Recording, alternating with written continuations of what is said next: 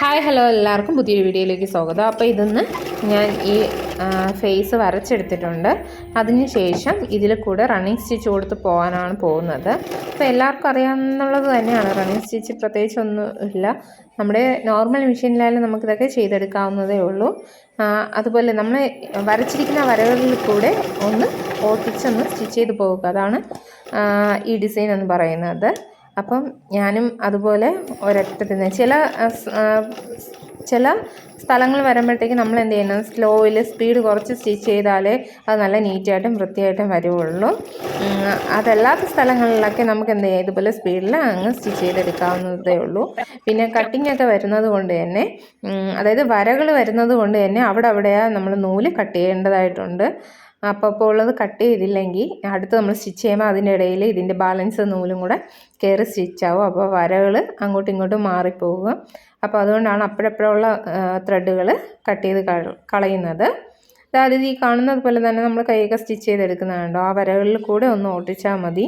അത് നമ്മുടെ മെഷീനും ഫ്രെയിമും നമ്മുടെ കൈയും അതുപോലെ തന്നെ നമ്മൾ പെഡൽ ഉപയോഗിച്ച് ചെയ്യുമ്പോഴത്തേക്കും നമ്മുടെ കാലും ഇതെല്ലാം ഒരേ രീതിയിൽ ഇങ്ങനെ വരുമ്പോഴത്തേക്കാണ് നമുക്ക് ഇതുപോലെ ഈസി ആയിട്ട് ഇത് ചെയ്തെടുക്കാൻ പറ്റുന്നത്. കാരണം ഈ നമ്മുടെ സ്പീഡ് കൺട്രോളും എല്ലാം നമ്മളെ കയ്യിൽ വരുമ്പോഴത്തേക്കാണ് ഫ്രെയിം എങ്ങോട്ടാണോ മൂവ്മെൻറ്റ് ചെയ്യുന്നത് അതനുസരിച്ച് നമുക്ക് ചെയ്യാനും എല്ലാത്തിനും വഴക്കം വരുന്നത് നമ്മൾ ഇത് ചെയ്ത് നോക്കുന്നതിലൂടെയാണ്.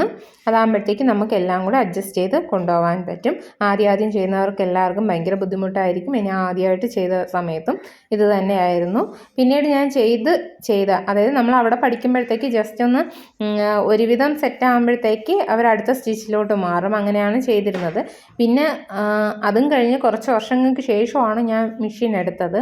അപ്പോൾ അതിന് ശേഷം ആദ്യമൊന്നും സ്റ്റിച്ച് ചെയ്യുമ്പം പറ്റുന്നേ ഇല്ലായിരുന്നു. പിന്നെ വീണ്ടും ആവർത്തിച്ച് ചെയ്ത് വന്നപ്പോഴത്തേക്കാണ് എനിക്കും ഇതെല്ലാം ഒന്ന് പ്രാക്ടീസായി വന്നത്.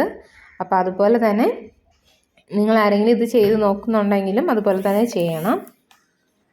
അതുപോലെ തന്നെ അപ്പോഴപ്പോഴേ കട്ട് ചെയ്ത് കളയേണ്ട നൂലുകൾ നമ്മൾ ഒരു വരയൊക്കെ വരുമ്പോഴത്തേക്ക് അപ്പം തന്നെ അത് കട്ട് ചെയ്ത് കളയുക.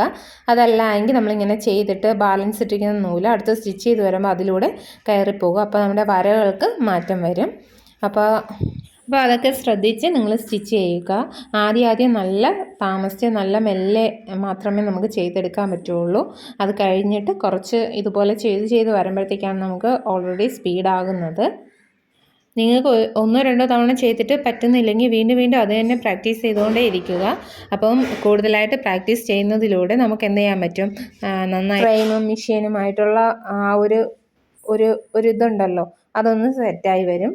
അപ്പം നമ്മളെ കൊണ്ട് ഏത് സ്റ്റിച്ച് നമുക്ക് എളുപ്പത്തിൽ ചെയ്യാൻ സാധിക്കും. എന്തെങ്കിലും ഡൗട്ടോ കാര്യങ്ങളോ ഉണ്ടെങ്കിൽ നിങ്ങൾ കമൻറ്റിലൂടെ അറിയിക്കുക. നമ്മൾ ഇതുപോലെയൊക്കെ ചെയ്യുമ്പോഴത്തേക്ക് ഫേസ് ചെയ്യുമ്പോഴത്തേക്ക് നല്ല ഒന്ന് പയ്യെ സ്ലോയിൽ വേണം ആദ്യമൊക്കെ ഫേസ് ചെയ്തെടുക്കാൻ വേണ്ടിയിട്ട്. നമ്മുടെ ആ മൂക്കിൻ്റെ ഷേപ്പും കണ്ണിൻ്റെ ഷേപ്പൊക്കെ വരണമെങ്കിൽ പയ്യെ ജസ്റ്റ് ഒന്ന് സ്റ്റിച്ച് അങ്ങോട്ടോ ഇങ്ങോട്ടോ മാറിക്കഴിഞ്ഞാൽ അതിൻ്റെ ആ ഒരു ഷേപ്പ് വേറെ രീതിയിലായി പോകും. ബാക്കി വരകളൊന്നും കുഴപ്പമില്ല, നമുക്ക് അത് അഡ്ജസ്റ്റ് ചെയ്ത് ചെയ്യാവുന്നതേ ഉള്ളൂ. അതുപോലെ തന്നെ മെഷീൻ എംബ്രോയ്ഡറിയുടെ വേറെ ഏതെങ്കിലും വീഡിയോസ് വേണമെങ്കിൽ അതും കമൻറ്റിലൂടെ പറഞ്ഞാൽ മതി. അപ്പോൾ അത് നമുക്ക് ചെയ്യാവുന്നതാണ്. അപ്പോൾ എല്ലാവർക്കും ഈ വീഡിയോ ഇഷ്ടപ്പെട്ടെന്ന് വിചാരിക്കുന്നു. ഇഷ്ടപ്പെട്ട ലൈക്ക് ചെയ്യാനും ഷെയർ ചെയ്യാനും കമൻറ്റ് ചെയ്യാനും മറക്കരുത്. അടുത്തൊരു വീഡിയോ കാണുന്നവരെ ബൈ.